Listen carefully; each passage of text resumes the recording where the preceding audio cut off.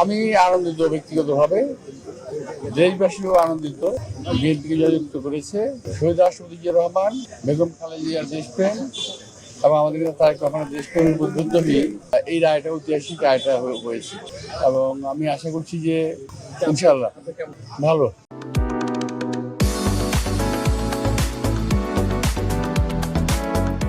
আমার ভালো লাগছে এই কারণে যে আমি প্রেসিডেন্ট জিয়া রহমানের সঙ্গে রাজনীতি করেছি, দেশনেত্রী খালেদা জিয়ার সাথে লালিত হয়েছি রাজনীতিতে।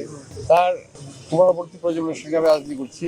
সে আমাদের চেয়ারম্যান, আমাদের পার্টির চেয়ারম্যান তারেক রহমান সাহেব প্রধানমন্ত্রী যাচ্ছেন ইনশাআল্লাহ। তার সঙ্গে রাজনীতি করতে পারছি, এটা একটা আমার জন্য বিশাল বড় পাওনা। যে ব্যালটগুলো বাতিল করা হয়েছে এটা আসলে ঠিক হয় নাই, এটা একেবারেই অন্যায়ভাবে বাতিল করা হয়েছে। কিন্তু তার চেয়ে অনেক বড় বিষয় হলো এরা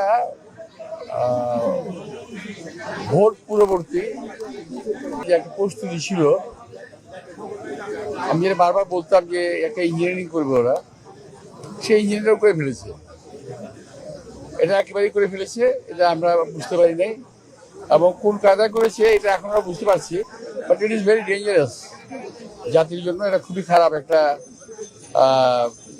আক্ষেপ থাকার কাজ না।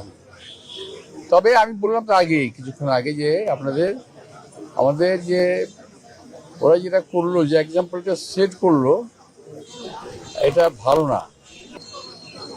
যেটা ওরা, আমি যেটা বললাম যে ইঞ্জিনিয়ারিং করেছে, এটা খুবই ডেঞ্জারাস।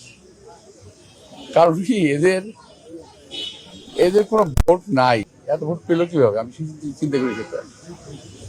মির্জা আব্বাস ভাই, নাসিরউদ্দিন পাটোয়ারিতে আবার ভোট গণনার একটা আহ্বান জানিয়েছে নির্বাচন কমিশনকে, অনুরোধ করে। তো এখন এটা নির্বাচন কমিশনের দায়িত্ব, আমার কিছু করার তো নাই।